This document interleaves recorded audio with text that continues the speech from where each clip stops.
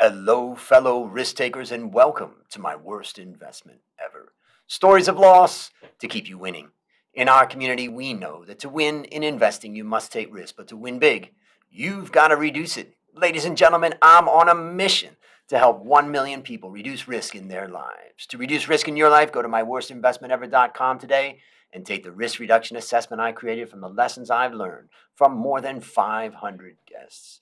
Fellow risk takers, this is your worst podcast host, Andrew Stotz from A Stotz Academy, and I'm here with featured guest William Green. William, are you ready to join the mission? I'm excited. I'm already thinking I should have read your instructions about how to avoid stupid mistakes many years ago. I would have saved myself so much pain and sorrow. Isn't that the funny thing about mistakes is that the older we get, the wiser we get, you know? We just needed that when we were young. I'm waiting for the wisdom to kick in, but I'll do my best faking it for the next half hour or hour. Yeah, I have a feeling you're going to do pretty well. Well, let me introduce you to the audience. For those people that don't know William Green is the author of a book titled Richer, Wiser, Happier: How the World's Greatest Investors Win in Markets and Life. The book is based on hundreds of hours of interviews that he's conducted with many legendary investors over the last quarter of a century. Published in 2021, the book is being translated into about 22 languages. William is also the host of the Richer, Wiser, Happier podcast, in which he interviews famous investors like Howard Marks, Joel Greenblatt, and Ray Dalio.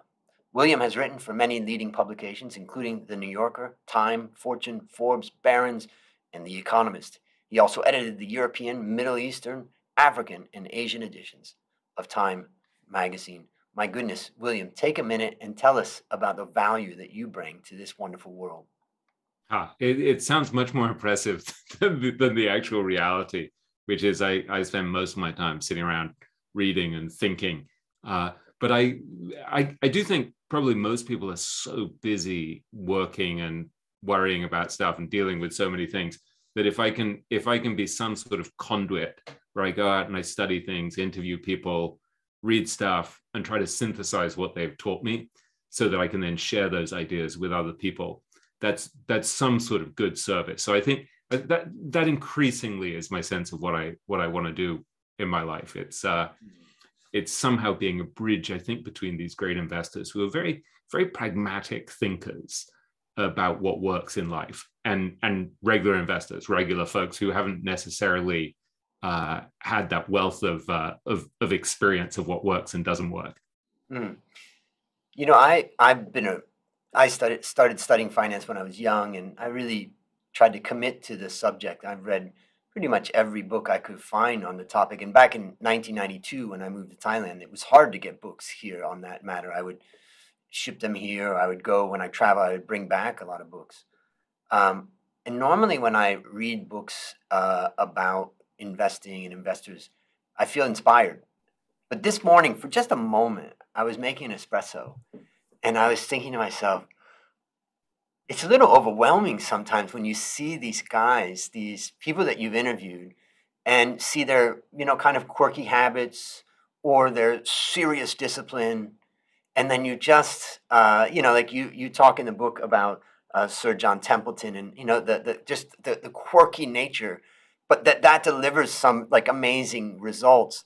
And then I've always thought of myself as, I'm always been kind of above average. And so I've always looked below me and said, I'm doing better than them. But when I look at some of these guys, I just think, God, what an average guy I am. And I just was wondering, like, how you think, as you get to know these guys more and more, you and I are more like our listeners that are observing these people and don't necessarily have all these great traits.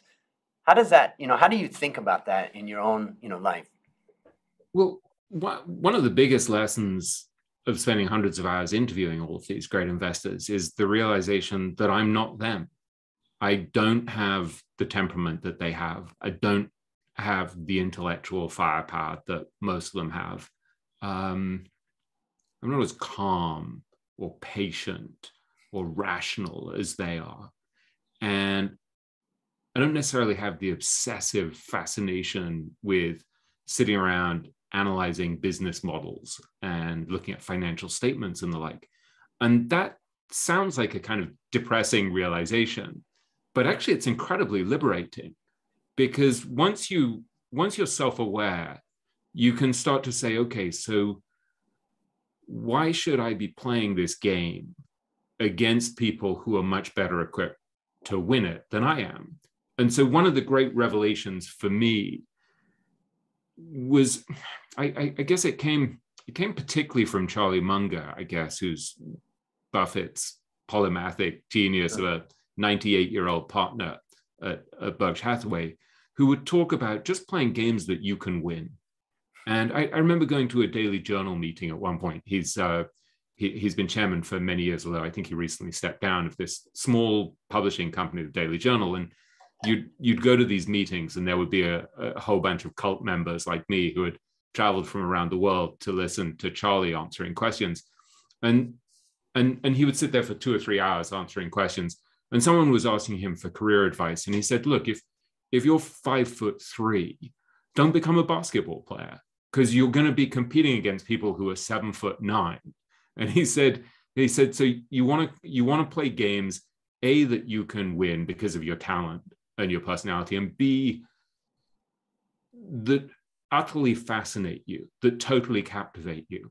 And so I think that for me has been a really helpful takeaway, not only in investing, but in life, because then you start to say, well, I can't really explain why I spend so much time reading weird esoteric books about, Tibetan Buddhism or Stoicism or Kabbalah or really everything, and why I don't want to sit around just reading annual reports the whole time. And so I have to be aware of what my own particular form of craziness is, and then basically take on games in life that harness my own craziness. And I think that's a really helpful revelation. And when I see the great investors, they're all in some way operating in a way that's profoundly true to who they are. And that goes really deep. I mean, I had this interview recently with Howard Marks on my podcast. Yep. Where I'd spent several days preparing in a way that's kind of maniacal, right? I mean, I'm an obsessive researcher. And so nobody spends several days preparing in some cases, I might spend a week or two. And so I'm preparing maniacally, and I'm reading something, or maybe listening to an old interview of his. And I see that when he was at high school, he was really fascinated by accounting. And apparently in his high school, they offered an accounting class. And he really liked the symmetry of the numbers in the different columns. And I thought that was a really interesting revelation, that there's something almost sensual about the numbers for him, and the patterns and the symmetry. Whereas for me, there's just a beauty to words that I can't really explain. I just love words. I love stories. And so understanding what your game is, what you're suited to win, and what you really care about. Like many of the great truths, it's so platitudinous. It's really, you can sit and you're like, oh yeah, you should play games you can win. But actually, it's a really helpful filter in life. And I don't know, just having the discipline to stay away from games that you're unlikely to win is hugely powerful. So Joel Greenblatt said to me, most people should simply not be buying individual stocks, because if you don't know how to value a business, on what possible basis are you buying individual stocks? And that for me is hugely liberating, because then I can say, well, I'm not like you, Andrew, where you've taught classes on valuation.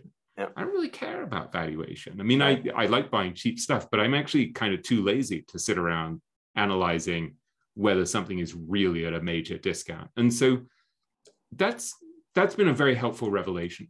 Yeah. And I think that talking about this, it made me think. I'm just taking notes. So as you were talking, I was, okay, play games that we can win, where we have an advantage, let's say. And people that you've interviewed are really true to who they are. And then the other thing you talked about is it's liberating. And I think that for the listeners out there, one of the big lessons just out of that part of our discussion is really be more of who you are. And the more that you are of who you are and true to who you are, the better life you're going to live. And I would like then to take that into a final quote out of the book. And I've got a few things I want to talk about as we get prepared for the big question, but it's the last, paragraph of the whole book. And I think I write as an analyst. I've had to write all my life, but I wouldn't say that I'm a good. I don't weave stories into my writing that well, and so I just wanted to read this. So here you're talking about Vandenberg, and I forgot his first name. Arnold Vandenberg. Arnold, yeah. So Vandenberg. So it says, tucked away inside the filing cabinets in his office, he keeps what might just be his most valuable possession, a copious collection of heartfelt letters from many of the people he has helped, including countless friends, clients, random strangers, and his own children. And here's his words. The pleasure you get out of knowing you've made a difference in people's lives. Yeah, I'm already in tears reading this. That's something that nobody can take away from you. He says, I could lose all my money and I could still go to these files and say, well, it's not like I live my life for nothing. Look at the people whose lives I've changed. Vandenberg points to his trove of letters and says, that's my bank account. Why did you choose to end it with that statement or that story? And what does that mean to you?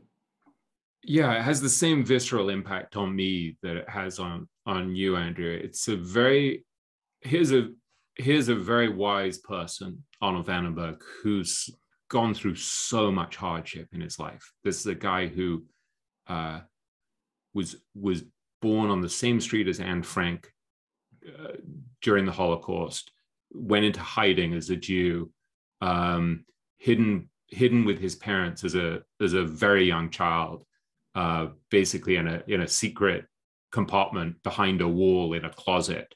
And then they were too scared in case the Nazis came and searched the house that they would take them all and they'd be sent to Auschwitz and be killed.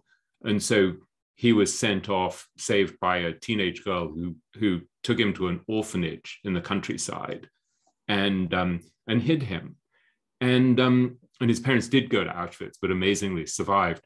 So here you have someone who was dealt the worst hand in life. I mean, he was pretty convinced that his mother had sent him away because she didn't want him, because he couldn't understand as a little child that his parents were trying to save his life. And then they amazingly survive, get out of Auschwitz and come pick him up when he's about 6. And he's already so malnourished that he could barely walk. And he wouldn't have survived if it had been a few months later. I mean, they had no food in this orphanage where he was being hidden. And he couldn't even recognize his parents, and he didn't care. He would have just gone with them regardless. He just wanted to get out. So you have this guy malnourished.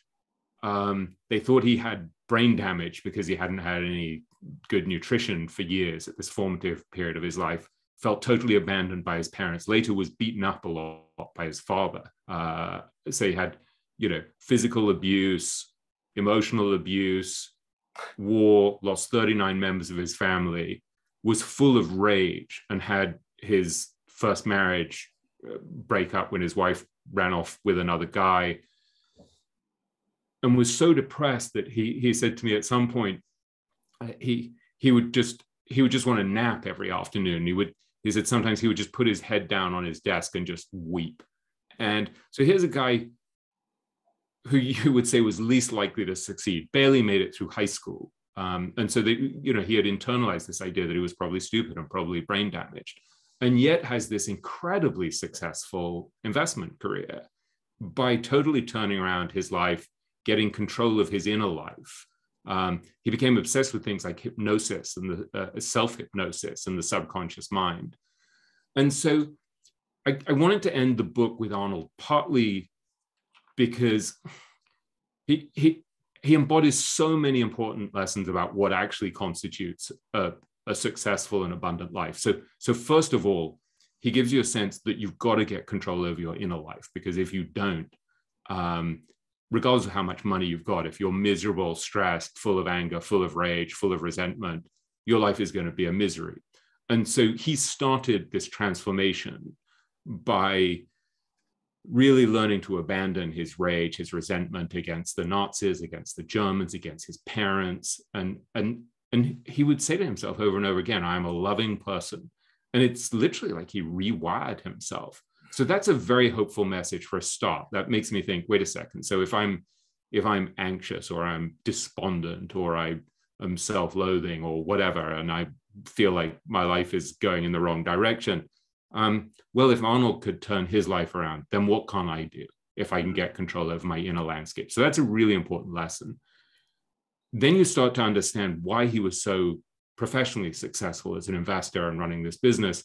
And you start to understand these lessons about his total dedication, his maniacal focus. He would do things like he started to love playing chess. And he said, I gave up chess because it was taking up too much of my mental bandwidth. Or he played golf one time and he says, I could see this game was going to shackle my mind. So he gives up golf.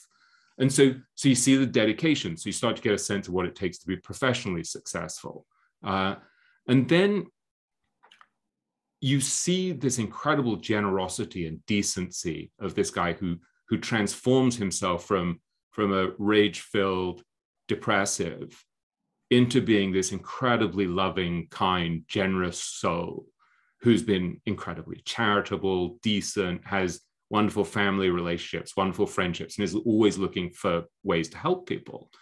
And so, in a sense, he gives you a really, he gives you a very powerful taste of what actually constitutes an abundant and successful life. And at a certain point, Arnold decided, I have enough money that I don't have to work for anyone I dislike. I don't have to worry about my bills.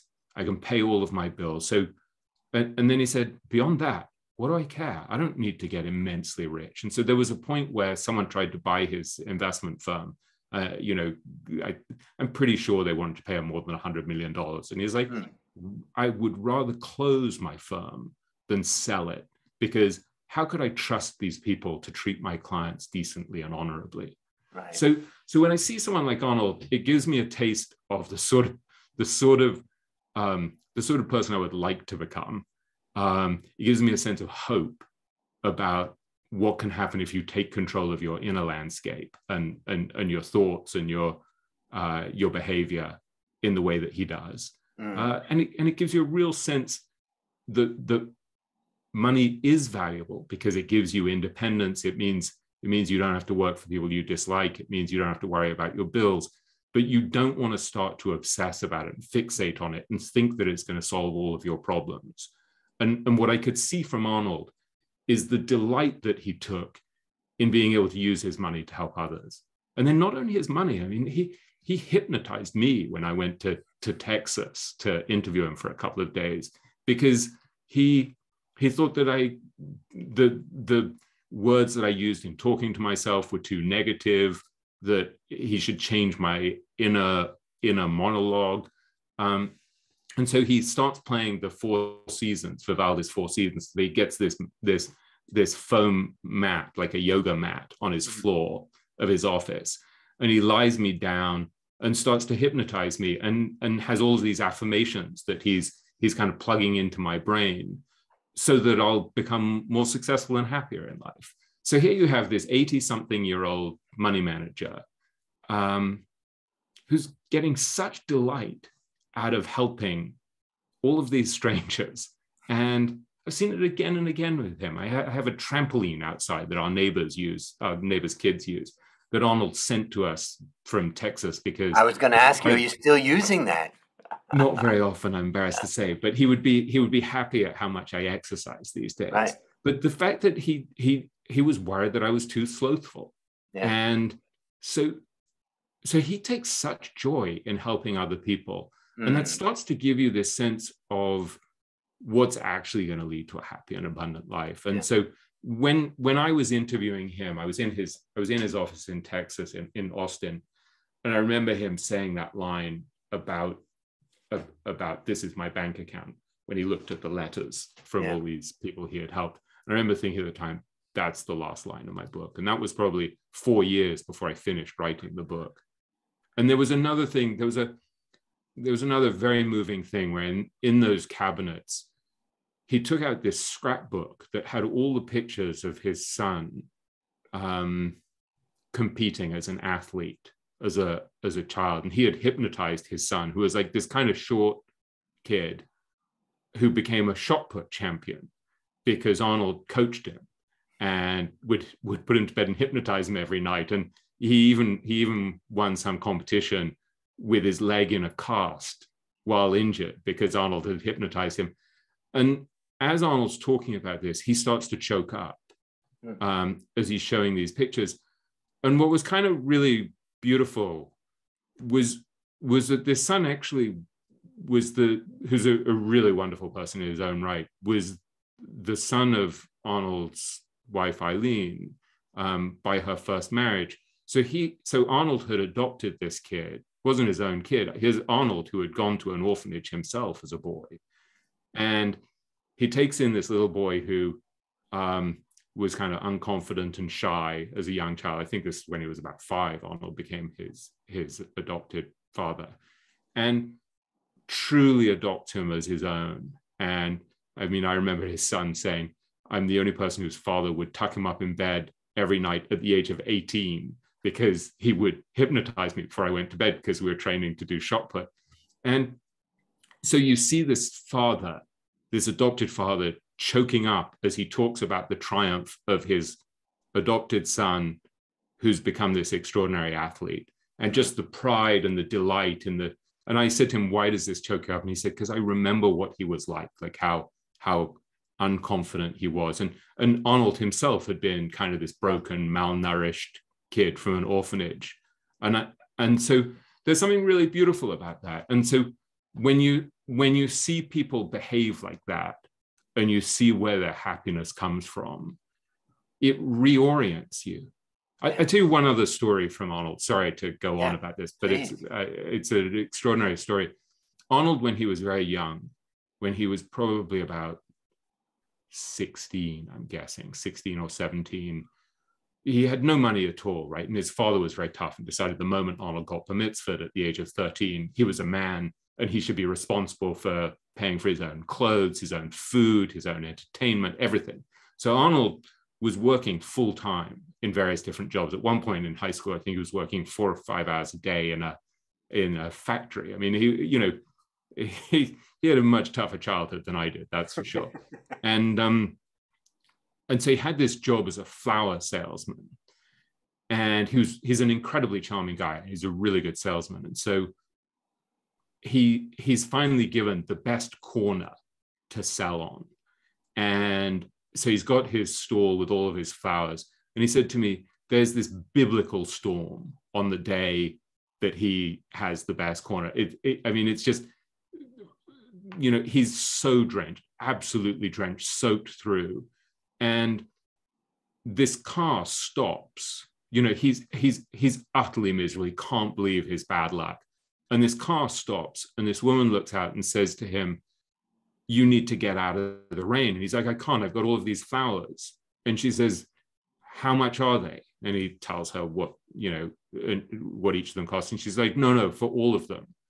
And she buys all of the flowers, and she takes him to her home, gives him one of her husband's dry shirts or sweaters, and makes him a cup of hot soup to warm him up. Just so she does this thing to get him out of the cold and the rain. And Arnold said to me, "When someone touches your heart like that, it changes your life forever." And so you see this guy who had a few people extend kindness to him early on. And here he is 60-something years later, 65 years later, helping countless people. And it's in part the reverberation of that act of tremendous generosity from that woman. And one thing that's very politically incorrect that I'll tell you that I didn't include in the book, but I think he may have told me afterwards, is he said one of the reasons why that had such an impact on him is that she wasn't Jewish. And he said, "I didn't realize that non-Jewish people could do something so kind to me." And so here was this guy who, he'd survived the Holocaust. Yeah. And I think subsequently he figured out, well, wait, this 17-year-old girl who saved my life during the Holocaust, she was from a very devout Christian family. Um, but I think at the time that woman helped him by buying all of the flowers, he was living in an alien world where people wanted to kill Jews, and to have someone take that kindness towards him really changed his life. And so I see Arnold touching lives left, right, and center. And so he's not the cleverest person in the book. There are people who are much more brilliant, I would say, intellectually. He's not the richest, but he has this extraordinary character, and you look at him and you think, this is the guy I'd really like to emulate. And that's so that's why I wanted to end the book with him. Yeah. For the listeners out there and for the viewers, I think that this book is a little bit like when you go hiking. And you go hiking to get to the top of a particular mountain or hill. And when you get to the top of that mountain, you realize, oh, crap, there's another mountain. And when you get to the top of that other mountain, you realize, oh, crap, there's another mountain. And what I can say is that you will start to read this book because you want to get richer. But in the process of reading this book, you're going to decide, I want to get wiser, and you're going to see that.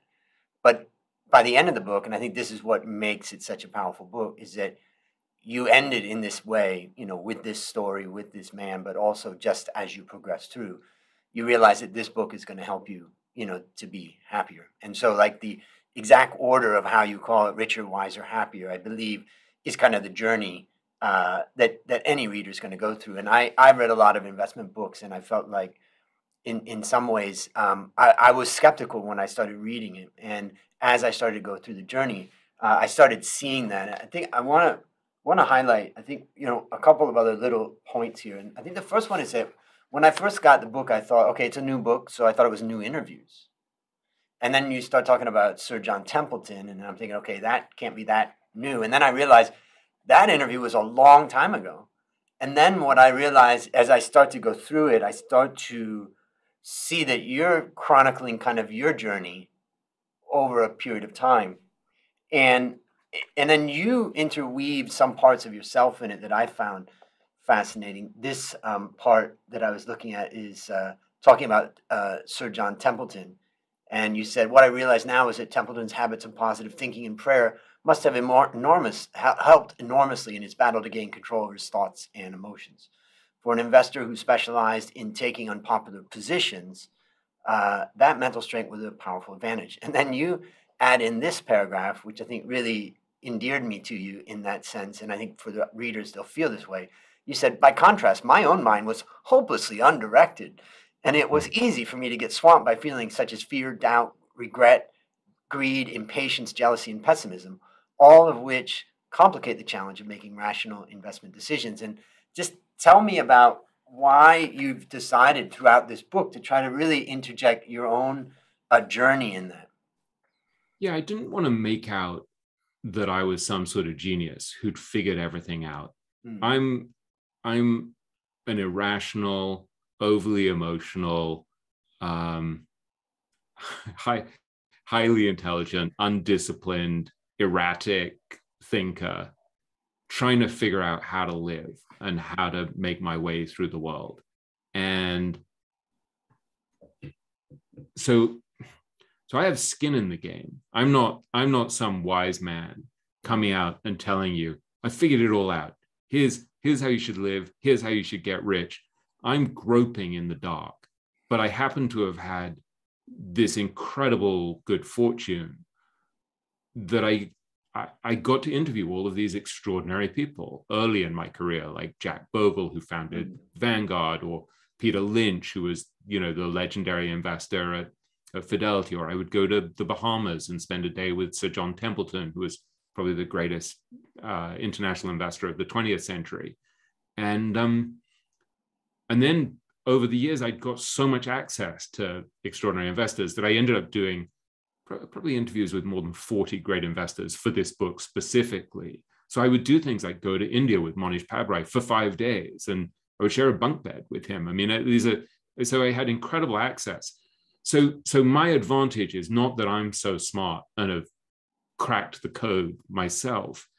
It's that I have access to these extraordinary people and a weird degree of trust that I've earned over many years that enables me to ask very raw questions, not only about how to get rich, but about things like the mistakes that they've made, or what they're really proud of when they look back on their life, and what they regret and what went wrong. And could they have been as successful as investors if they hadn't neglected their children? Things like that. And one of the things that I find really helpful in interviewing people is that because I'm fairly candid about my own mistakes and stupidity and confusion, people are pretty candid with me. And I think also if you're very prepared and you understand their story, people really want to be heard and want to be understood. And if you're captivated and you're empathetic, you can ask people very personal questions. And so this gave me an opportunity to go deep in their lives. So I didn't feel like I had to make myself look really good and really smart and all-knowing. I wanted to be honest, and I also didn't want people to attack me for pretending to be something that I wasn't. And so in the very first paragraph, I say, look, I'm the least likely person to have become obsessed with investing. I've never taken an accounting class. I never studied business at school. I was an English literature student at Oxford. I am steeped in books and philosophy and spirituality. I can't count. I mean, there's a wonderfully embarrassing thing in this interview that I did with Monish Pabrai on my podcast, where I was saying to him, this just came out last week, and I was trying to figure out whether to edit it. And there's a moment where I'm talking about his daughter, who's 26 and who did something to help me. And I'm like, yeah, I'm 53. So I'm what? So I'm 27 years, 37 years older than her. So I'm displaying my stupidity live on this podcast. And I'm like, should I cut it out? And I'm like, no, that's fine. People can see that I can't count. And so I think there's a kind of authenticity when you're showing people your mistakes, you're showing them your vulnerability. There's a thing in the epilogue where I write about Arnold Vandenberg, where I talk about the fact that in the middle of the financial crisis, I lost my job, where I was editing the European, Middle Eastern, and African edition of Time. And I say, look, so I was living in London and I had these two young kids at private school and exorbitant rent in London. And so I know that corrosive fear of, will I be able to take care of my family? And as it happened, things turned out great. And luckily I had no debt, so I was okay. And I got another really good job. But I wanted to admit that I had this kind of terror and fear, because I also wanted to say, it's not enough to say money doesn't matter. I mean, this was the end of 2008, right? This is exactly when Lehman Brothers went under. And my stock portfolio was getting creamed. And I lost my job in the middle of that crisis. And my kids are really expensive private schools in England. And they had been paid for by Time magazine where I was working. And so suddenly, instead of being on this lush expat package, I'm like, oh my God, am I going to be okay? And so I don't want to be some kind of rose-tinted philosopher saying to people, oh, money doesn't matter. It's really about just helping other people and being kind and being loving. It's like, yeah, that's going to make a really significant contribution to your life. And you learn that from someone like Arnold, that if you're kinder and you're more sharing, and you don't obsess about money, you're going to have a happier life, sure. But you really actually need to take your money and your financial security seriously, because it's really stressful not to know if you can pay your bills and take care of your family. And so I was just trying to be honest about these things and trying to get the nuances right. And I tell you another thing, Andrew, that was a very similar kind of conflict that I worried about when I was writing the book was, here I am writing about all these famous investors, and I'm saying, look, you can learn from these guys to be a great investor or to be a more successful investor. And then I'm like, but no, you probably can't. Most of you people reading this book are not going to become unbelievably successful investors. And I'm not going to lie to you and lead you like lambs to the slaughter to tell you that you should play a game that I don't think you can win. And so I know that there are some people who are reading the book who are going to become billionaires, who truly are made for this game, and they're going to read about Nick Sleep or Monish or some of the other great investors in the book, and they're going to be like, that's a game I can play. I mean, Monish read the chapter on Nick Sleep and literally changed the way he invested because of that chapter. So here's a guy who's already a legendary investor, and he's changing his investment style because of chapter 6 of the book that's about Nick Sleep. So I know there are some people who are going to read the book and become hugely rich because of it. But most of us are not, because we don't have the character and the temperament and the talents and the skill and the fanatical drive and focus to become super successful investors. And so I had to say to people, for most of us, it's actually smarter to index. Yeah. And then you're like, well, God, so I'm undermining my own book. And so there's something very uncomfortable about the tension in the book, where I'm telling people how to play the game, but I'm also telling them, but maybe you shouldn't play the game. Yeah. And that's just honest. Yeah. And I was worried about it. And then it was funny. There was one review by a very well-known writer, Bethany McLean, in the Washington Post, that was sort of lukewarmishly flattering, like pretty flattering, but she did at one point call me a fanboy of these people. And if I remember rightly, and my mother read this, and she was like, "Well, you sort of are a fanboy." I was very offended. And Bethany McLean, if I remember rightly, said something. Maybe it was her, maybe it was another view. That it was as if I didn't know that I was saying it's really hard for you to win this game, and maybe you shouldn't. It was like the reviewer sort of exposing this as this revelation. He admits himself that it's like, no, I was making a very conscious decision to try to be honest and authentic, to undermine myself, because I don't want to be deluding people. And so I think if you're trying to be honest and authentic and nuanced, and to say, this is a difficult game,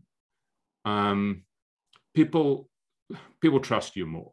And if you say, yeah, someone like Templeton is really rational and really good with his emotions, and I'm not, people trust you more. And so my default position is to try to be honest about my own flaws and failings. And in general, I think that's turned out to be a good decision. I'm happy to have done that, rather than to have pretended that I'm something that I'm not. Yeah, or just completely remove yourself from that, from the text, and just say, this is a study of these people. And I think that's part of what I enjoyed about it. I want to ask you one more question, and I'm going to tell you an interesting story about the book and some stuff. But this question is, when I was like 23, I had studied finance. And I was definitely interested in numbers, and I wasn't that interested in accounting, but I was interested in numbers. I went to work at Pepsi. I went to work in the factory, and I had learned how to use a computer. So I was making charts and graphs, and I was looking at it. And then somebody said, you need to go to this seminar. And I stumbled into a seminar with a 90-year-old man named Dr. W. Edwards Deming, and, kind of the father of the quality movement, or one of the fathers of the quality movement. And there he was, 90 years old. I sat right in the front row, 500 people in that, and I just listened to this guy. He just blew me away. And he really woke me up to so many different things, and in so much so that I later wrote a book called Transform Your Business with Dr. Deming's 14 Points. And to this day, I still, am enthralled by the things that he wrote and the things that he said. But he gave me a really strong appreciation of understanding statistics.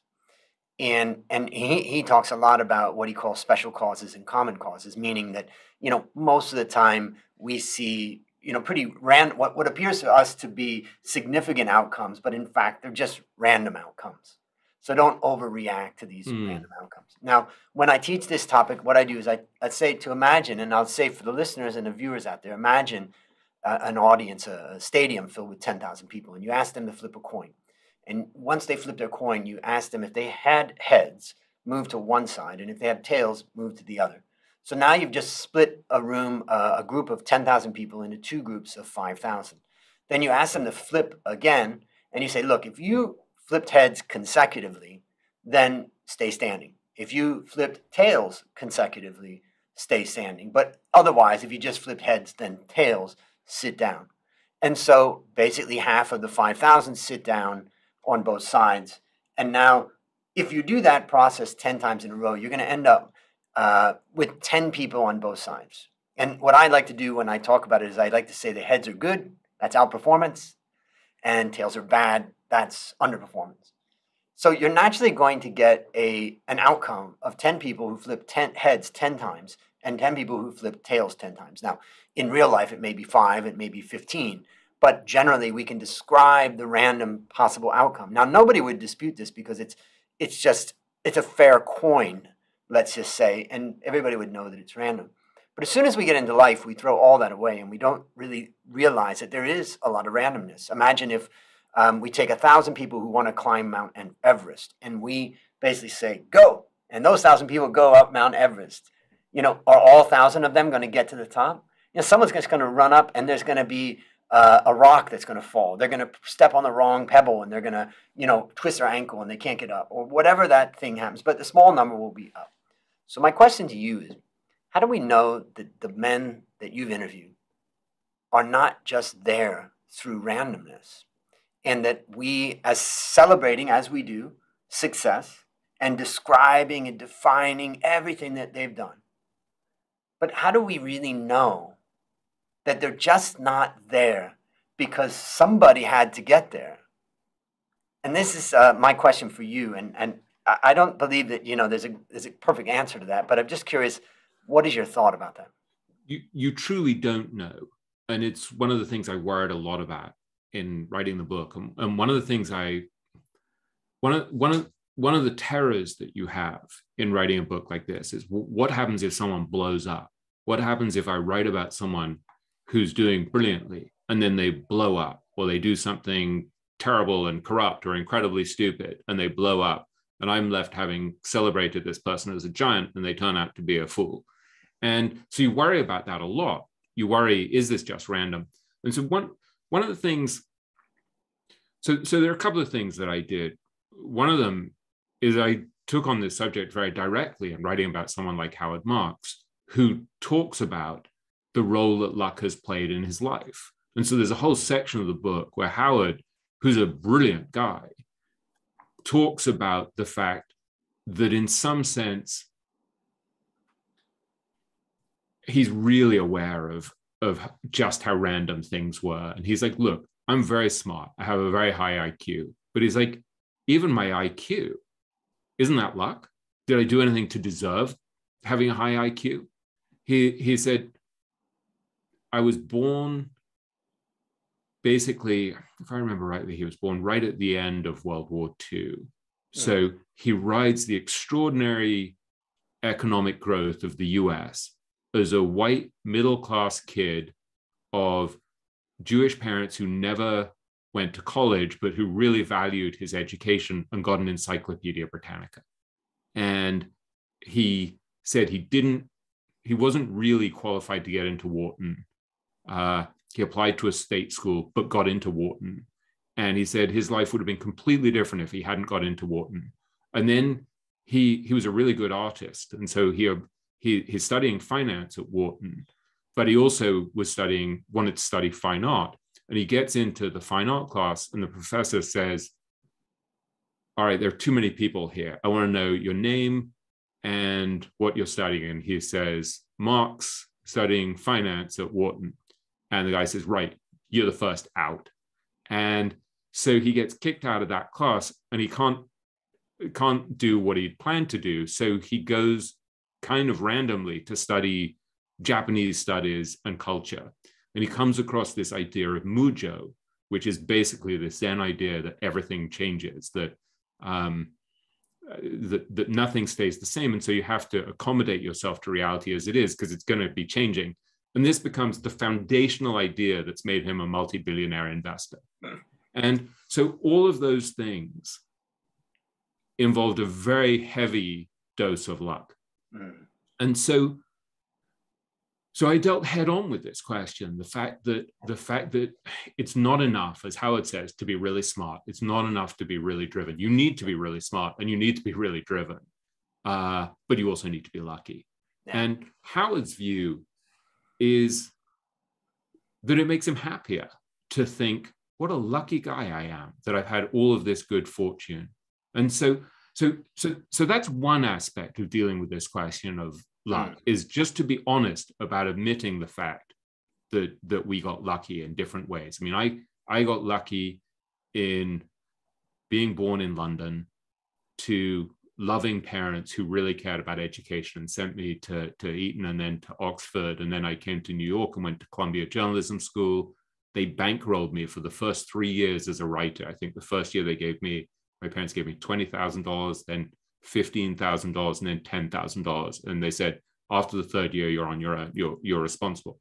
So I had parents who supported me, and who were very loving. I mean, so I can congratulate myself for all of the things that went right. But even the fact that I got into Oxford, boy, was there a lot of luck involved in that. I mean, that was hard to get in. And there were some really smart students who didn't get in. And there's a big backlash against kids from Eton because they're so privileged. And I had a series of unbelievable teachers from Eton who were just extraordinary English literature teachers who changed my life. And so there are so many ways in which luck has played a part.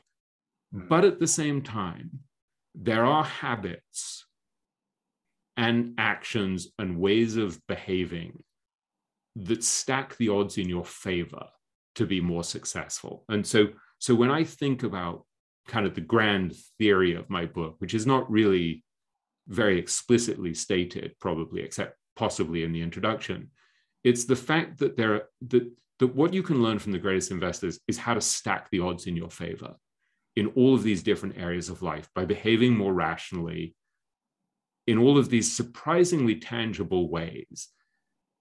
And if you behave that way, it still doesn't mean the outcome is going to be good. What it means is you've tilted the odds in your favor. And so Nassim Taleb writes about the concept of the lucky fool.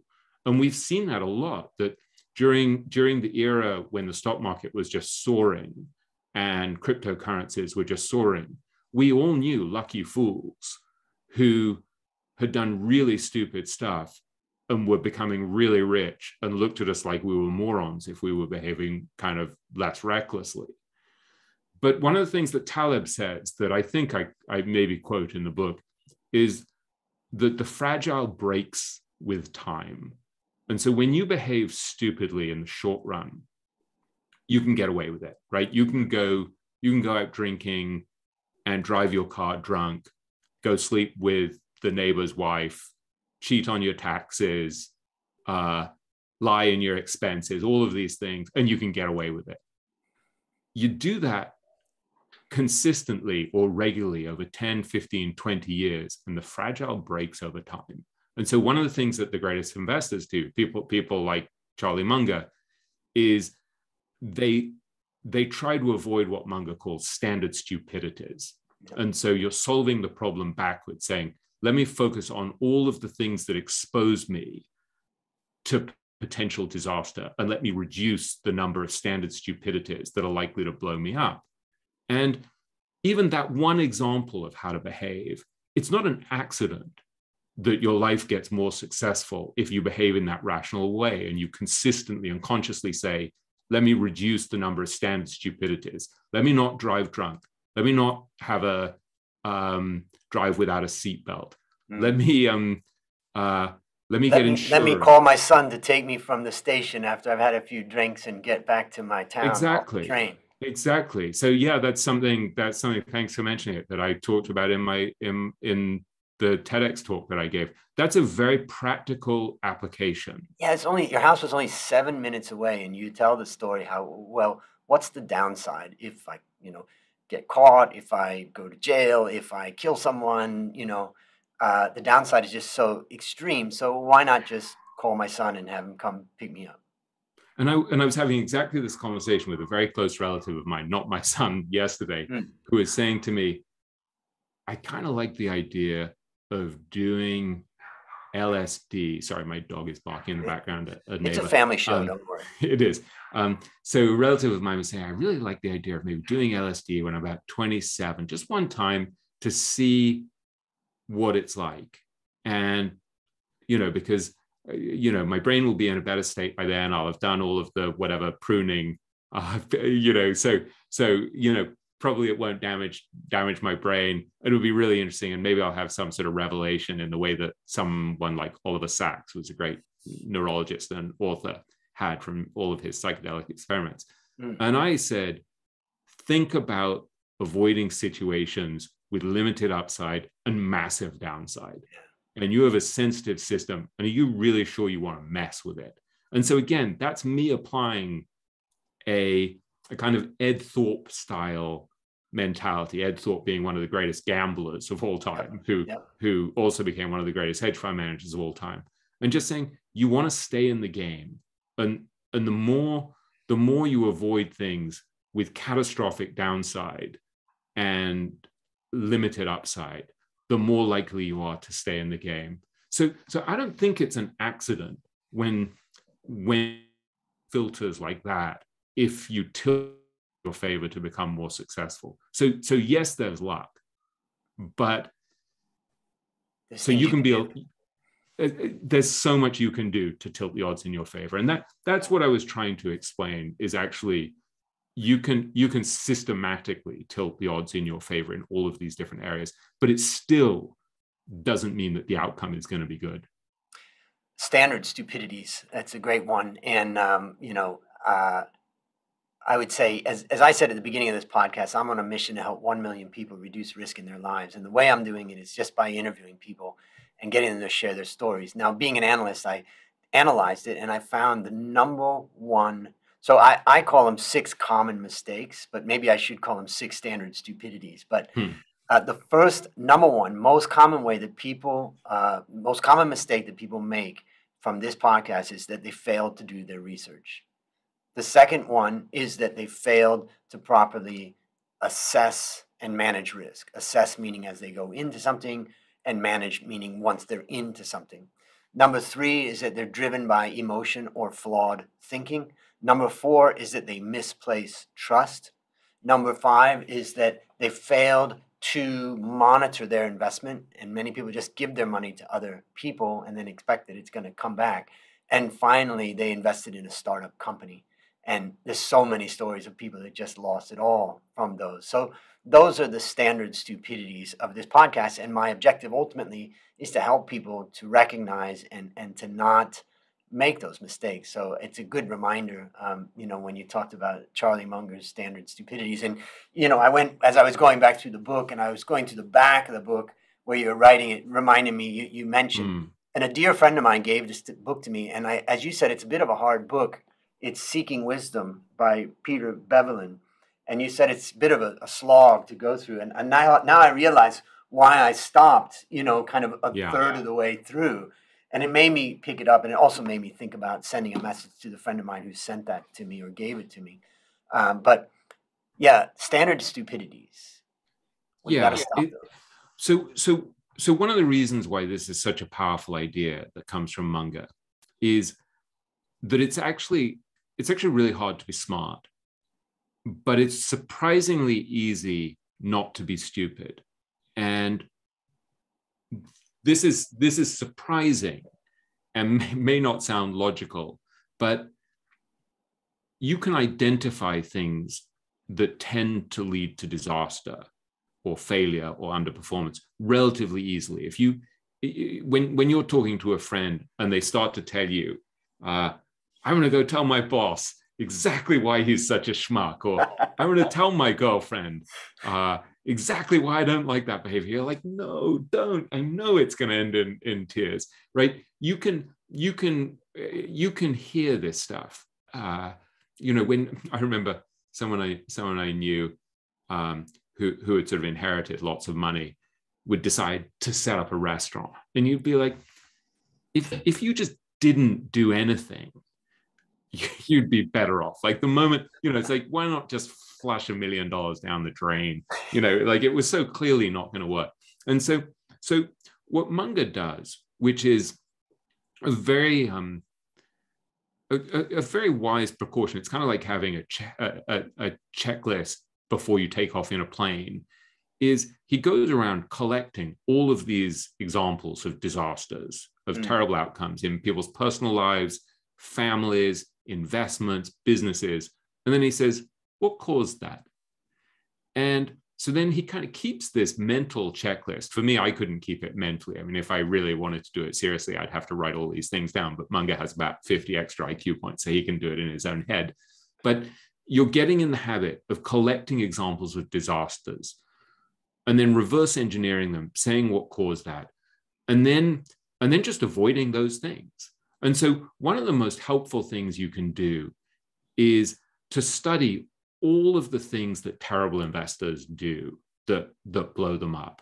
And so because I've been, so I'm not a great investor by any means, but I've been watching stupid investors for the last 30 years, right? So because I first became a financial journalist, I guess, in the late 90s, right? So I lived through the dot-com bubble, and I saw people rolling the dice on IPOs in companies that were totally worthless. And it was interesting because I saw a guy I knew pretty well who'd made money for a while on worthless IPOs back then buying into cryptocurrencies and telling everyone how amazing they were and how, so it was like the same behavior by this incredibly smart, successful guy who also subsequently got, almost jailed.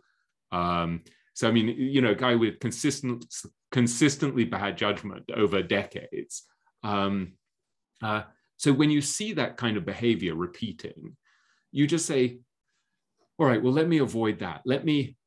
So I was pretty good at avoiding the dot-com bubble, partly because I didn't have that much money to invest because I was relatively young, but also because I was just really wary and skeptical. And so likewise, I was very skeptical about the crypto thing, not because I understood this stuff, but also because I just saw the zealotry of people getting carried away.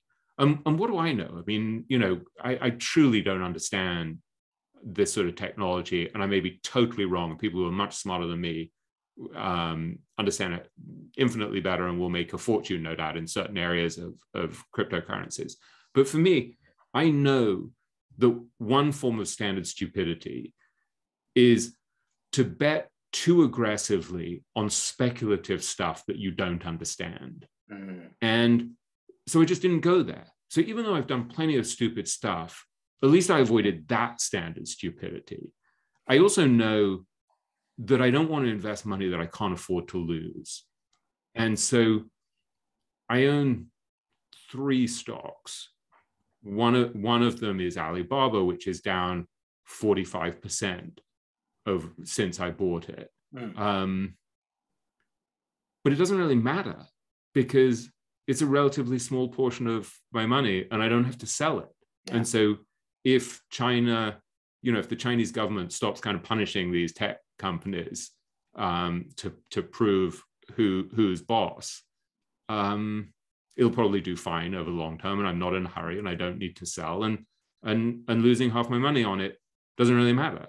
Yeah. And so again, that's a standard stupidity, because I remember from interviewing Bill Ruane, one of the great investors many years ago, said to me, never invest borrowed money. And he just said, you can't make really rational decisions when you invest borrowed money, because when it starts to plummet, it's too painful. And so I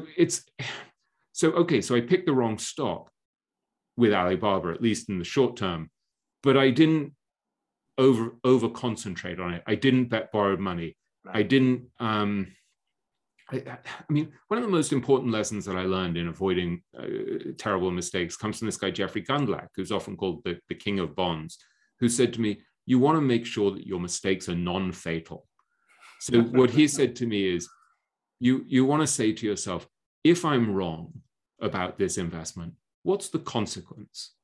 So I've been wrong so far about Alibaba and have lost 45% of my money.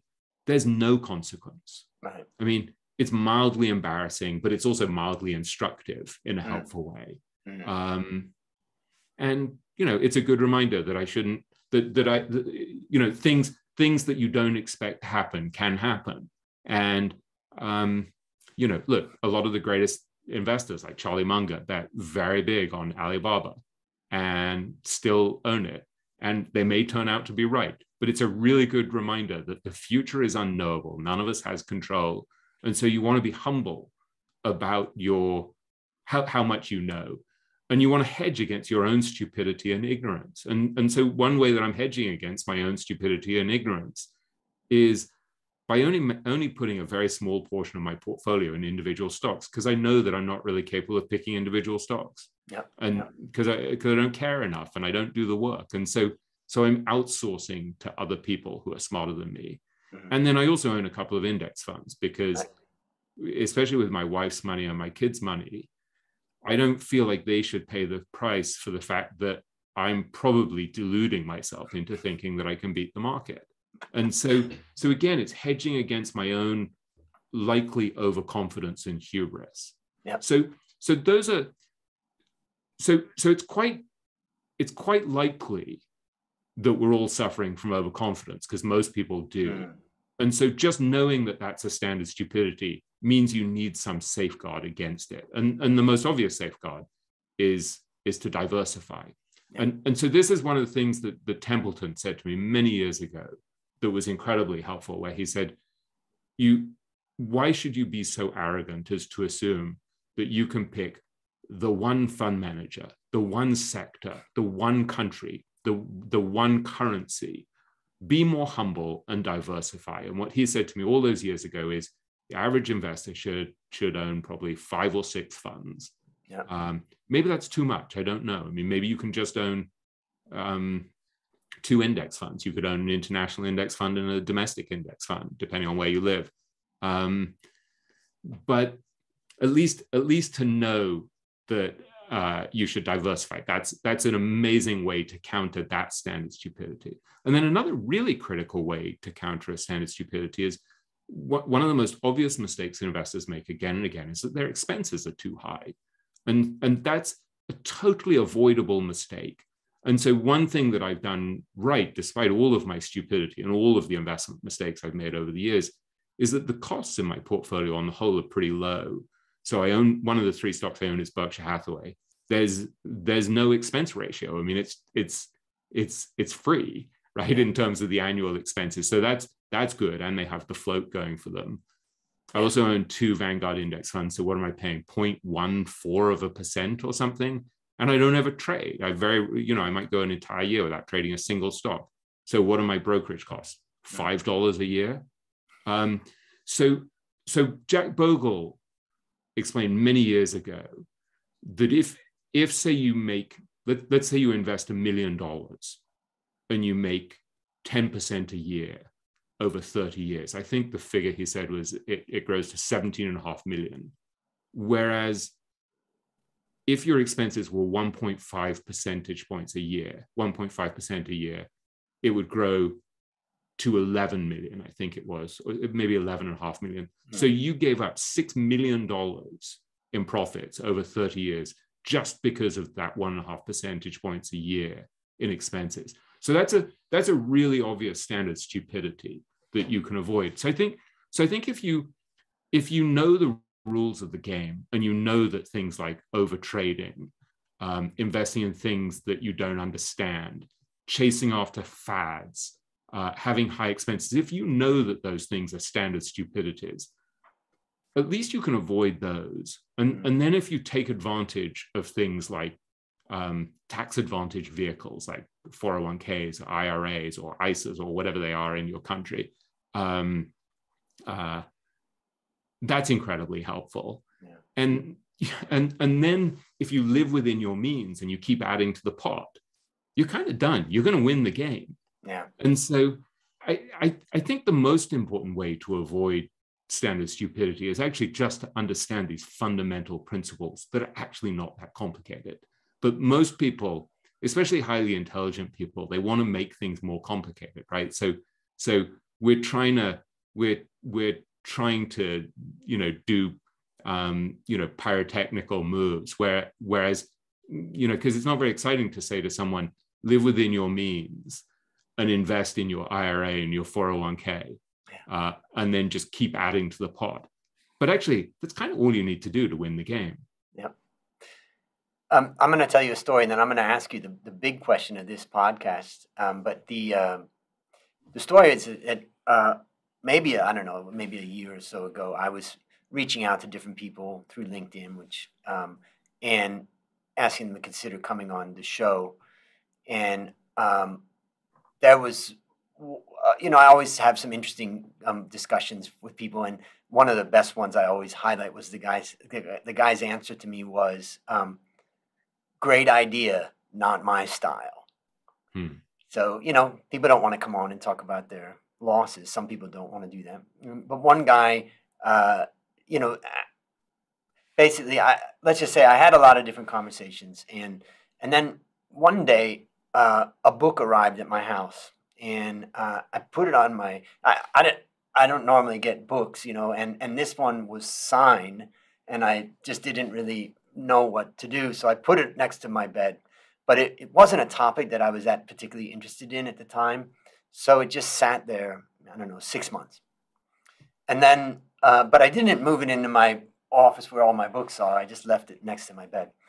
So then, I don't know, it was a couple of months ago, I found your book and I started reading it, and I was going through it, and you were describing this guy that was like really interesting guy. And, and then you mentioned that even he would send people copies of his book. I thought, wait a minute. And then I looked over on my shelf, next to my bed, and it was this book. Huh. And this book is The Education of a Value Investor by Guy Spear. And I still didn't really understand much about Guy. And I thought to myself, I really don't want to read another book on, and part of the reason why I didn't read it, I didn't want to read another book on value investing. I mean, I pretty much read everyone. Yeah.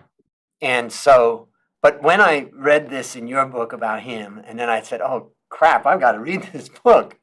And then it's a very good book. Yeah, I read the book, and, I would say I highly recommend this one, The Education of a Value Investor, because it really is his discussion of his journey. Whereas you're talking about, hey, let's learn from these guys. What can we learn? What are they saying? What have they done?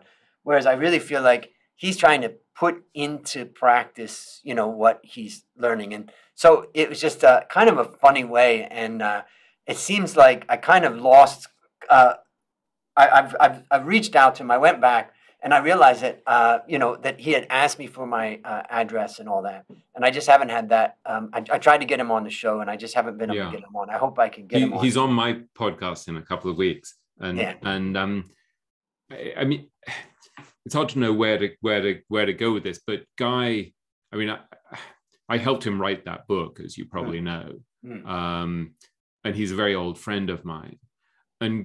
And I was thinking, mentioning Guy before, when you said to me, why did you include your own story? Because one of the things that happened is very early in my process of working on this book, I think I have this vague memory of being in an airport with Guy. I can't even remember which country it was in. And I showed him the first few paragraphs of my proposal, I think, for this book. I think that's what it was. And so this must be 7 years ago, something like that. And he said, I hope you're going to include William Green in this book and say, why? Why do these investors fascinate William Green? Which is exactly the way Guy talks. And so he said, don't hide from that. You need to include yourself and explain why. What's the fascination? And that, in a sense, gave me permission to include myself, because here I was thinking, well, what kind of schmuck I am? Why should anyone be interested in my story and in me when I'm not a great investor?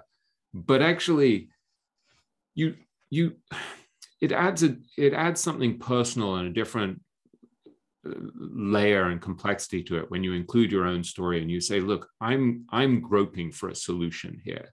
There's a wonderful book that I would highly recommend that also had a big influence on me in thinking about this book, which is by, I think the author's Bakewell, and it's called Montaigne. This is the French philosopher, 16th century, I think, French philosopher. And it says Montaigne, How to Live. And it's a biography of Montaigne in one question and 20 attempts at an answer. And that, for me, is really the question. It's how to live. That's what we're trying to figure out, is how do how do you make your way through this murky world where, as Howard Marks says, everything changes, nothing stays the same, the future is unknowable, we have these glitchy brains that are constantly getting things wrong. We're prone to all of these behavioral defects that people like Danny Kahneman write about, like overconfidence and recency bias and the like. And it's really tempting to throw your hands up in the sky and say, well, what can I do? I'm helpless. And actually, I think what the greatest investors show you is that you're not helpless, that there are ways that you can systematically tilt the odds in your favor. And so that's what I'm trying to do, is show myself groping through the dark, using these investors to help me. And I'm trying to give a sense of what I find most important and most valuable from what they teach. So there's a kind of synthesis at the end of each chapter that's not like bullet points of saying, these are the 5 most important points. It's like takeaways.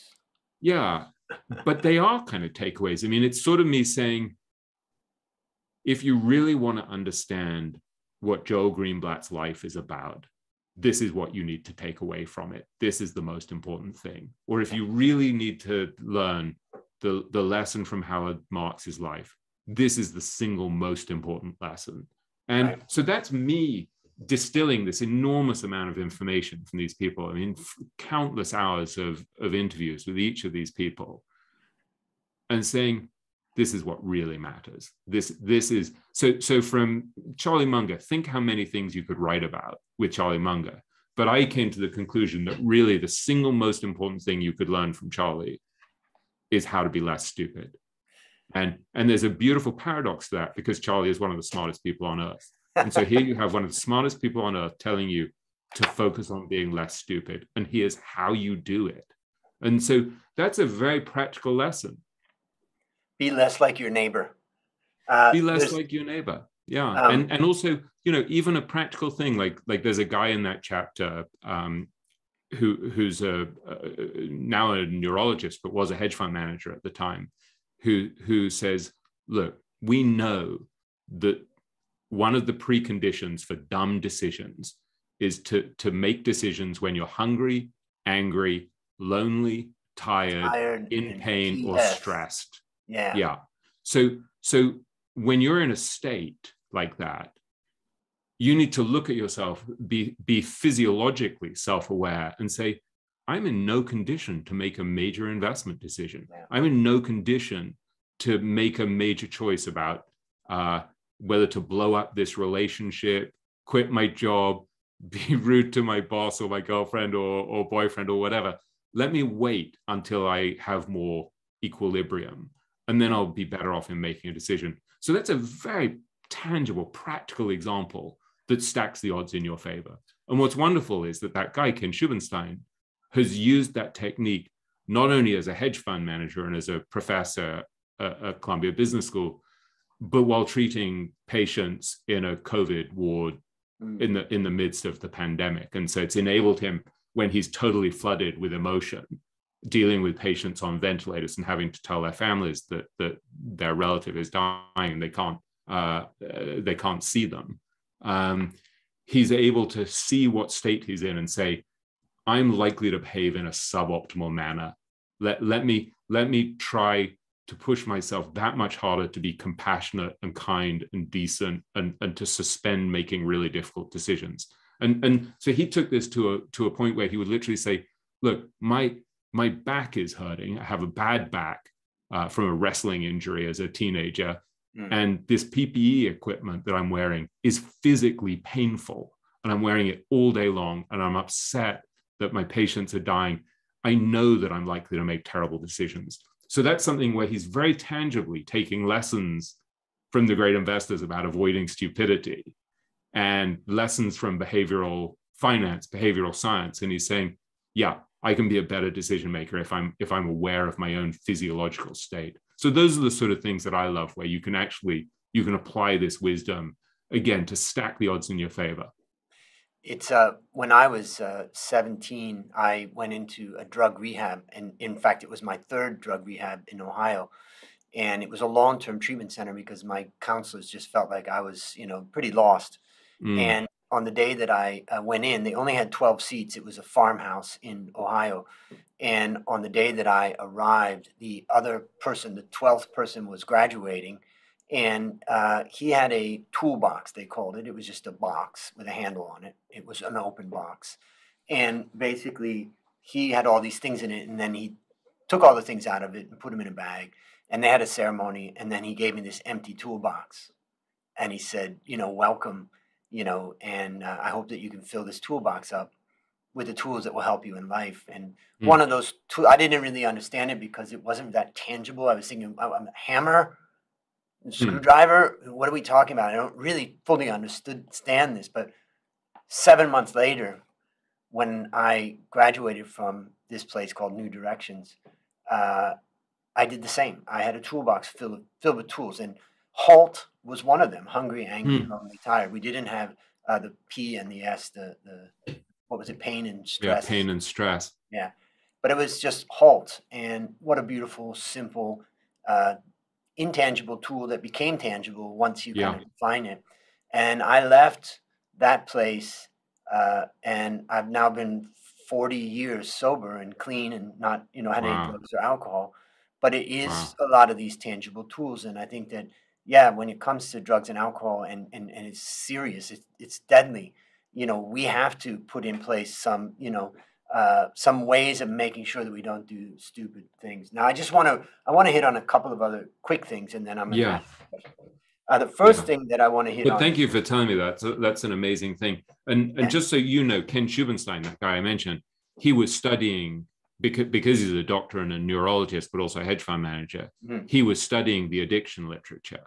And so he was drawing that idea of HALT PS from addiction literature. And so one of the weird claims that I make at the start of my book is that the reason you can learn more from great investors about how to live is because they have skin in the game, and there's a huge cost if they lose and a great benefit if they win this game. It forces them to be very open-minded pragmatists. And so they roam through the world looking for practical tools, and they don't care whether it comes from behavioral finance, economic history, or addiction literature. If it works, they'll borrow it. Yeah. And so there's something, so what I ended up figuring out was that they're like pragmatic philosophers. All that matters is, to quote Charlie Munger says, I observe what works and doesn't work and why. That is such a powerful mindset. So you were given this amazing tool that changed your life at the age of 17. And here's Ken Schubenstein taking that tool and saying, how does it apply in the COVID ward when I'm treating patients? How does it apply when I'm managing money? And so during the financial crisis, when his hedge fund was going under during the financial crisis in 2008, 2009, and one of the things that he did is he said, well, so I've got to get my diet under control, and I have to exercise, and I have to meditate, because we know that there are basically 4 things that we know have a powerful impact on the brain. So good nutrition, meditation, sleep, and exercise. So he said, I know that I'm in a bad physiological state, so I have to take these 4 habits really seriously. And so I can't just be mashing up, Oreos in my vanilla ice cream, which is what he used to do at his worst, to control his stress. And so that's a very practical learning. And so this is why the great investors are worth studying. It's because of that pragmatism. You mentioned something that I have something I call the valuation masterclass, where I teach young people, how to do valuation and how to be an analyst or how to be a fund manager from what I've learned, and but one of the things that I see is that, and I try to explain to them that the beautiful thing about, and in Thailand in particular, people complain that there's less and less financial analysts, that there's just that, and what I've found is I've created a course where I bring these people together and help them to start thinking and using these tools. And what I try to explain to them is that the beautiful thing about being a financial analyst, in my opinion, or as an investor, is this: for the listeners out there or the viewers, think about, an uncle, a cousin, a friend, that person that has, a crazy, crazy wrong idea. Everybody knows, it doesn't make sense, that idea is wrong. But they can keep that wrong idea for their whole life. Whereas for a financial person, ultimately, you have to act on your idea and put money down on it. And the stock market is going to give you feedback. And if your ideas are wrong and your conclusions and your logic's wrong, you're going to find out. And therefore, it puts a whole nother level of pressure of kind of forcing to say, okay, this is what I believe, but that's not seeming to work. Therefore, I've got to look for another, answer. I've got to look at both sides of this argument. I can't just strengthen my side of this argument, or I'm going to potentially lose a lot of money. And I think that the discipline of putting money behind an idea is what makes the pursuit of being an analyst or a fund manager such a glorious thing, because it is a place where you are punished.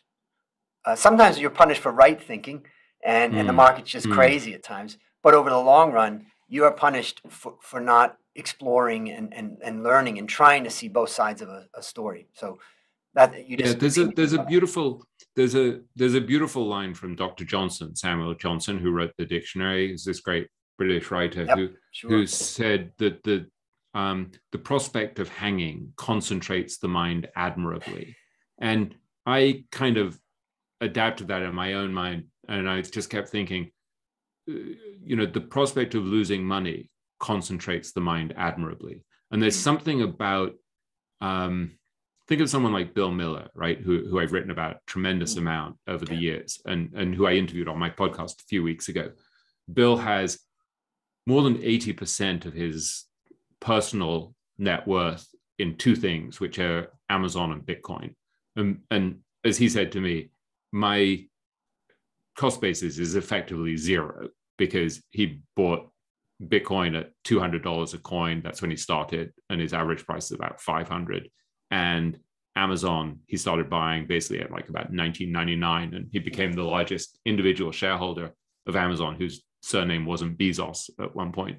And so these are huge investments. So when Bill is thinking about whether or not Bitcoin is going to endure and is really a valid technology, or when Bill is thinking about the future destination of Amazon, boy, is he thinking hard about those things. I mean, he has so much money on the line, so much skin in the game, and he's a profoundly brilliant intellect. And so there's something about the possibility of losing massively, but also gaining massively, that just adds concentrates the mind. Concentrates the mind admirably. And whereas if you're a journalist or you're an academic with tenure, if you're a market strategist at a big brokerage firm pontificating about the future of the market, there's not really any cost to being wrong. Those guys are wrong constantly, and there's no downside, really. They just need to be right randomly often enough that they can tout their record, the few big calls where they got lucky. And so I just think it's better to listen to the great investors than to listen to journalists. And I just see so much stupid journalism, right? Where I saw something the other day, I think it was in Bloomberg. I'm sorry to badmouth Bloomberg, although I did work there at one point. But it said something, maybe it wasn't Bloomberg, but it was like, oh no, I think it was Barron's, which I actually love. And it said, why this stock could go up 40% over the next year or something like that. And you're like, 40%, you don't even know if it's going to go up.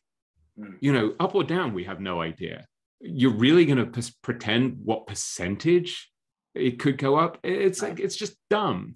And so, and I actually think Barron's is terrific, and there's a lot of great stuff, and I've written for Barron's, so I'm not bad-mouthing them. But I just think that delusion that we know what the future holds with any sort of precision is really worth avoiding. And people, particularly market strategists and brokers, you know this better than anyone, analysts, people who pretend to know, either they're fooling you or they're fooling themselves. And so you just want to have tremendous skepticism about predictions.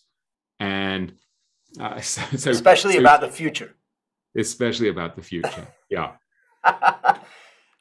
Let me get on to the three things I wanted just to highlight. The first thing I just wanted to mention was that you did something in your book that I found kind of endeared me to you, which was when you said, I think it was about Sir John Templeton, I can't remember which one, but you said, I realized I kind of didn't like this guy. You know, and to admit something and then later to kind of go back to that and think about that, I just felt like that was interesting, and that was, again, interjecting your journey. And that brings me also back to Guy's book, where at first I was like, this guy's just trying to copy these great guys, you know? And what the whole book eventually becomes, and I guess the reason why it's a butterfly is that he's morphing over time into becoming himself. Yeah. And that's, I think, the thing that I would say. And then the last thing that I wanted to mention, and that is that on page 118 of your book, I think it kind of sums up, and it just hit me like a ton of bricks, because I also have a private business, which is a coffee business, which managed to survive that 97 crisis. And we have about 100 employees, and we're trying to grow that business all the time. And it's tough. I mean, it's tough, particularly when hotels and coffee shops and restaurants, our main customers, are shut down. But we survived the crisis, and we've survived other crises, and we're trying to, grow our business. What are we trying to do? We're trying to grow our top line. We're trying to sell more of our products, which means we're trying to satisfy what our customers want in that business. And if we are, then we're selling more. But the more important thing, as I like to say, revenue is proof of concept, and profit is proof of competence. The question is, can we deliver this value to our clients profitably?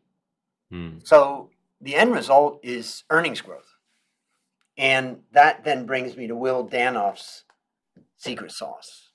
And that's the section that I just wanted to highlight, because he said what you said. It said, it's notoriously difficult to outperform the market with a huge fund, which I think is a really important part of thing that the typical person reading this may not really realize, is that there are plenty of great investors that made a huge amount of money when they had $20 million in that fund. And as it got bigger, it got harder. And but when we met in 2017, Danoff had the remarkable distinction of having whipped the S&P 500 over 1, 3, 5, 10, and 27 years. I was eager to uncover the subtle ingredients of his secret sauce. But he managed to sum up his entire investment philosophy in 3 words: stocks follow earnings. And I think from my perspective, that turns out to be my biggest takeaway right now from your book. Anything that you would add to that? Yeah, one of the things that I came to the conclusion, I think, in writing about Joel Greenblatt, that what I was trying to identify was things that are approximately true on average over time. And so it's approximately true on average over time that stocks follow earnings. But if you pay an enormous amount for those earnings, if you pay an indefensible amount for a company with great earnings, you're still going to pay a price. It's probably not going to work out if you pay a ridiculous amount. So valuation does matter. So Danoff's view is that if you want to own the best companies, you have to pay up for them. And he's willing to do that, but within reason. And so there is a nuance there. Another thing that is approximately true on average over time is that you want to value a business and buy it for less than it's worth. And that's the essence of Joel Greenblatt's approach. And that's the essence of what Howard Marks does. It's the essence of what Buffett and Munger do. You're valuing businesses and buying them for less than they're worth. Now, over some periods, you're going to look like a fool for doing that, because everyone is investing in things like Snowflake that were trading at 100 times revenues, and they were getting rich doing it. Or they were investing in, Solana and all of these other cryptocurrencies without knowing what they were doing. And they were really just rolling the dice. So they were lucky fools, right? But over time, on average, you're going to do well if you buy things for less than they're worth and then wait. And so I think you want to understand the rules of the game before you play the game. And Monish Pabrai said to me, what he realized early on as a hedge fund manager is that he was playing against people who, even as professional money managers, didn't know the rules of the game. And he's like, I could see they were hosed. They would own 200 stocks, they would trade them too much, and they were overpriced. Yep. And so they were hosed. And so just understanding these simple rules and then saying, am I equipped to apply them, is a really powerful thing. And so part of what I'm doing in the book is I'm saying to people, these are the simple rules that have been explained to people like by people like Danoff, Munger, Howard Marks. And I don't have the temperament and the skills to apply them. Do you? And if you don't, here's this other way to play the game, because there's actually this wonderful default, which is you can buy index funds. Yep. Or maybe you have a little bit of play money where you say, yeah, I'm prepared to gamble 1 or 2% of my portfolio, of my net worth, on cryptocurrencies that I don't understand and on hot tech stocks that I don't understand. But let me, at least with the bulk of my money, with the money that I can't afford to lose, let me apply the rules of the game in a sensible way.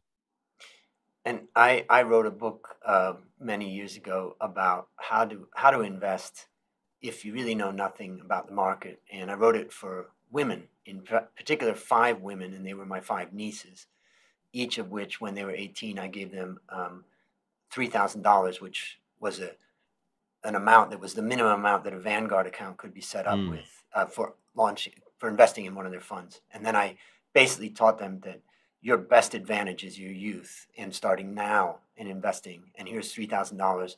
Let's get it into that account and let's get you started on that, because I know that, they don't have an interest in picking stocks and valuing stocks. But I also know that even if they decided to go into that, the odds are ultimately stacked against you if that is your goal, unless you really, really focus in and apply what, let's summarize by saying, number one, buy good companies at low prices, let's say good companies at good prices. You may not always get them low, but let's say good companies at good prices, and understand that stocks follow earnings, because it's one thing to go out and buy a cheap company or a low price company relative to its value, but if it doesn't grow the earnings, like in our coffee business, if we can't deliver the product that people want and we can't deliver it profitably, then it's not going to be that successful. So that's how I would wrap it up. I've decided that I'm not going to ask you the question of your worst investment ever, because we've pretty much gone through a lot of stuff and so much valuable things. So I do want to ask you the last question, and that is, what is your number one goal for the next 12 months? My number one goal for the next 12 months. Well, I will answer very quickly the question that you didn't ask me, which is just to say the times I screwed up most was when I was in a hurry, and I invested particularly in private companies that made me feel self-important, that made me feel like I had access to something special. And so if there's a lesson there, it's that you want to be aware of your own frailties and foibles. And so for me, as you can imagine, as someone who has got to write about famous people for all of these years and really smart people and gets to hobnob with really clever people who are really rich and really successful, it's very intoxicating. And you start to think, wow, I have access to all of these amazing people and I know what they're doing. And so, I mean, one of the biases that people talk about having to beware of is authority bias, where you listen to someone extraordinary and you follow what they did. And part of why I invested in Alibaba is that I'd had a long conversation with people like Charlie Munger and Lou Simpson about it, who are 2 of the greatest value investors of the last 50 years. And they had both bought Alibaba very aggressively. And I'm like, wait, here I am chatting to these masters of investing who I really admire, but I'm not doing the work. Right. And so just to know that I'm extremely vulnerable to authority bias, to hearing what people who are smarter than I am and more knowledgeable than I am are doing, and then following them into a trade without having done the work. And then I don't know whether they've changed their mind. So I also own a stock that Monish Pabrai bought during the start of the COVID crisis, where he bought 13% of a company. I bought the stock shortly afterwards. I felt incredibly smart. I quickly doubled my money. And since then, I've halved my money virtually. And Monish sold it months ago because he realized there was a problem in the business. I didn't know that he was selling it.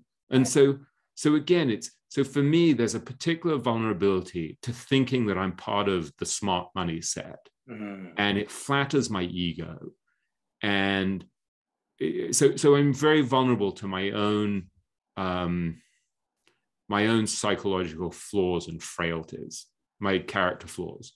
And so I would just encourage your listeners to be self-aware and to not only to be collecting examples of other people's stupidity, but collect examples of your own stupidity.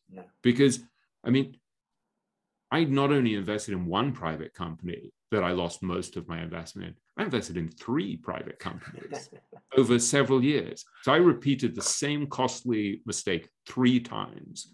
And so when there's something that you do that's incredibly stupid, look at it and say, not going there again. And so I remember with one of those private companies going to Guy Spear many years ago and saying, you should really take a look at this. This is really interesting. And Guy just looked at me and say, I don't do private companies. I just have a rule. And I don't buy things that people are trying to sell to me. And so Guy just had a couple of simple filters that kept him out of doing this really stupid thing. So sorry, that's answering the question that you didn't want to ask. But I think it's a valuable thing to be aware of your own particular flavor of stupidity. And for me, there's a big aspect of doing things that I'm not really qualified to do because I know the people well who do that thing best. And I fool myself into thinking I'm on the inside. I'm on the inside. And it's like, well, yeah, but maybe they changed their mind. Exactly. Or maybe it's just a really small part of their portfolio. But none of these lessons are easy because, look, I wrote about Bill Miller betting on Amazon when it was at $6 a share and he bought 15% of the company. And I wrote an 8-page story for Fortune about Bill, where I talked about the fact that if this turned out to be right, when everybody thought Amazon was going bankrupt, this would be one of the greatest contrarian bets of all time. And it has turned out to be one of the greatest contrarian bets of all time.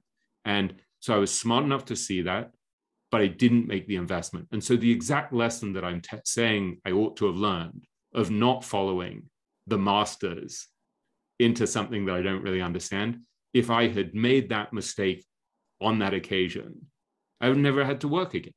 And so investing is not simple. And even when you learn a really important lesson, it may not apply next time around. And it's just, life is not simple. Well, I would just say, for the listeners out there, it's a great example of, when you follow someone because you like what they said or because you admire them or something, you got to remember that you still have to do your own research, and that also that research is not something that's just done once. It's constantly being done and reevaluating your decision. And that's usually what's missing when people end up following others. And so that's, I think, a great example. And I'm glad that you shared it. I was just a little bit worried about time, so I don't want to keep you going. So I would also say, Andrew, that even when you find someone that you really admire, hedge against the fact that you're wrong. And so even with friends of mine who are really brilliant investors and really honest and honorable people who I've invested with, because I think I own 3 different funds, two hedge funds and 1 mutual fund. Even there, I'm like, this person is one of my best friends, or this person is someone I really admire and really like and is really honorable. What if he's a con man? Or what if he gets divorced? Or what if he has a nervous breakdown? Or what if, what if he drops dead?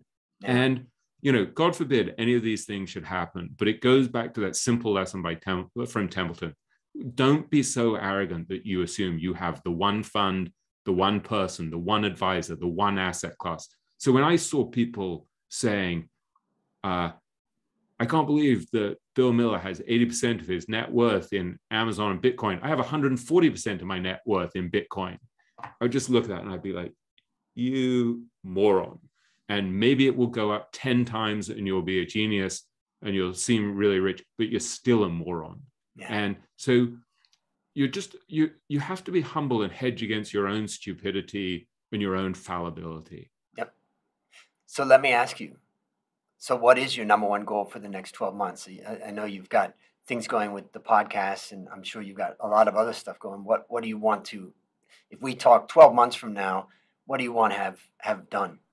Well, there's personal stuff and there's professional stuff. And one of the things that I'm most excited about is that I'm going on a 7 or 8 day meditation retreat with a great Tibetan Buddhist meditation teacher called Soknyu Rinpoche, and I'm excited about that. And I'm nervous as well.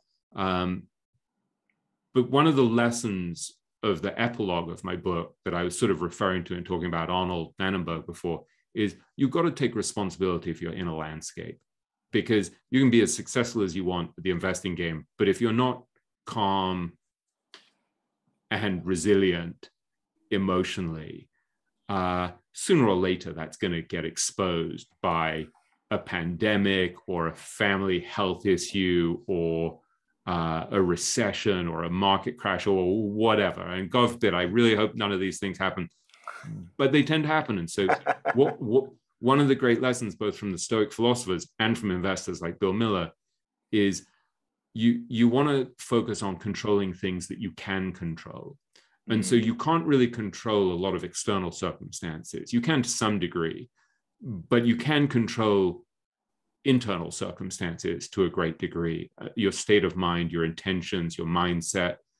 And so I take really seriously this idea of how am I going to have greater equanimity? And so I try to meditate.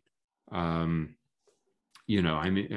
study a lot of spiritual paths that I find very, very helpful. And I also, to a ridiculous degree, I've discovered the most banal thing, which is the extent to which exercise improves my mood. And so much as I dislike exercise, I try to do the Peloton multiple times a week. And so, meditation, exercise, stuff like that, to become more equanimous, to use a pompous word that I rarely get to use. And so now I get A star from my English teacher back at high school. So to be more equanimous, because I think you want to have a solid foundation. And so the more you take control of your inner landscape, the more the other stuff is likely to go well. It's a great way of thinking about it. And I think it's a challenge to the listeners is to take control of your inner landscape, because only ultimately you can shape that. So listeners, there you have it. Another story of loss to keep you winning. If you haven't yet taken the risk reduction assessment, I challenge you to go to myworstinvestmentever.com right now and start building wealth the easy way by reducing risk. As we conclude, William, I want to thank you again for joining our mission. And on behalf of A Stotz Academy, I hereby award you alumni status for turning your worst investment ever into your best teaching moment. Do you have any parting words for the audience? I'm just really happy that you gave me this opportunity to talk. And I know usually you already talk for about half an hour, and I told you I was verbose. I'm looking at my clock here. I managed to detain you for about an hour and a half or something. So thank you for your patience and your forbearance in listening to me blather on. I hope some of it's helpful. I've enjoyed it immensely, and I'm sure that the audience will too. And that's a wrap on another great story to help us create, grow, and protect our wealth. Fellow risk takers, let's celebrate that today we added one more person to our mission to help 1 million people reduce risk in their lives. This is your worst podcast host, Andrew Stotz, saying, I'll see you on the upside.